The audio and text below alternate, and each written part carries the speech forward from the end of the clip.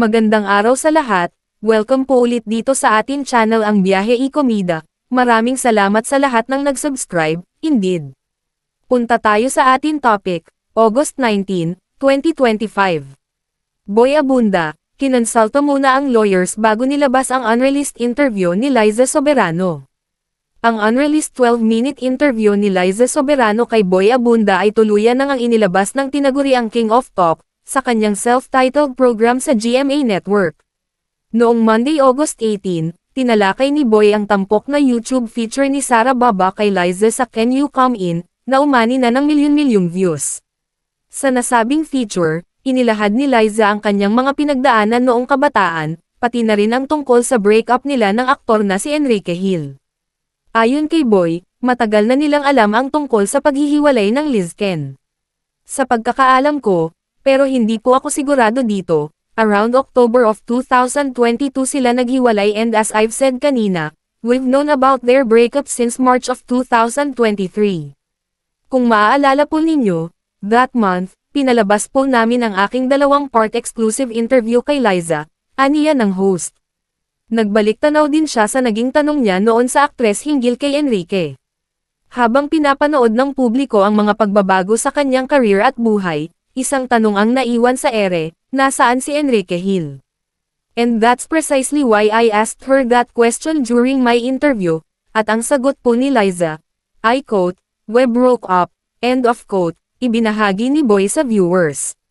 Ngunit matapos ang interview nila noong March 7, 2023, agad umanong nag-request si Liza na huwag ipalabas ang bahaging iyon dahil hindi pa handa si Enrique na ipaalam ito sa publiko. Gabi ng March 7, 2023 naganap ang interview. After that, nag-request po si Liza na wag naming ipalabas ang bahaging yon ng interview dahil hindi pa ready si Ken na malaman ng publiko na hiwalay na sila.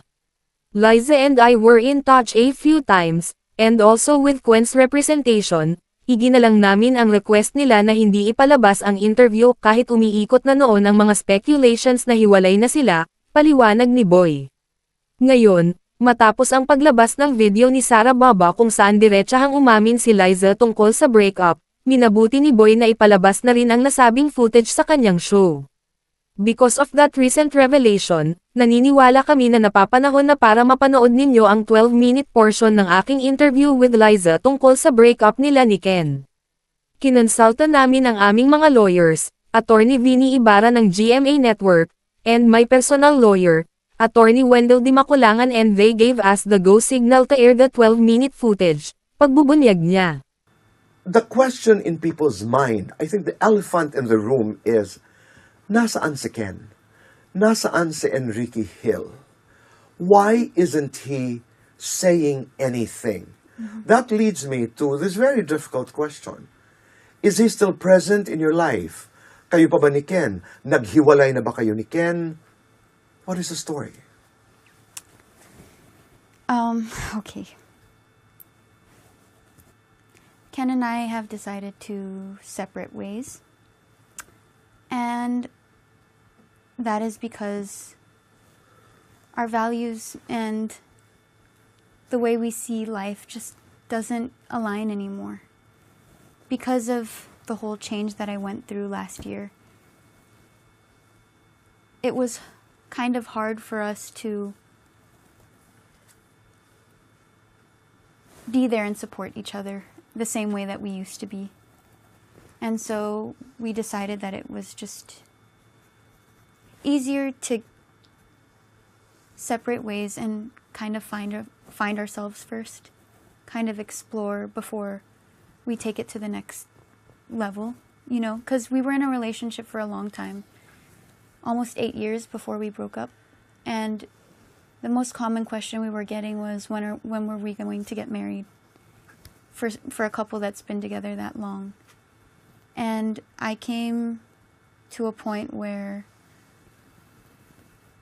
I didn't know if that's what I wanted anymore, honestly, because there's so much more that I still want to achieve. And he's older than me, he's in his 30s, and of course he's thinking about settling down, starting a family. And so it just doesn't line up. E-click ang link sa description box para mapanood ang kabuuan ng unreleased interview ni Liza Soberano. Bukas ang comment section para sa inyong mga opinion. At yan ang ating latest showbiz chika update for today. Huwag kalimutan mag-subscribe, click the notification bell for more showbiz chika updates, like and share the video at suportahan po ang ating Facebook page. Maraming salamat sa lahat ng nag-subscribe indeed. Magandang buhay sa lahat, adios!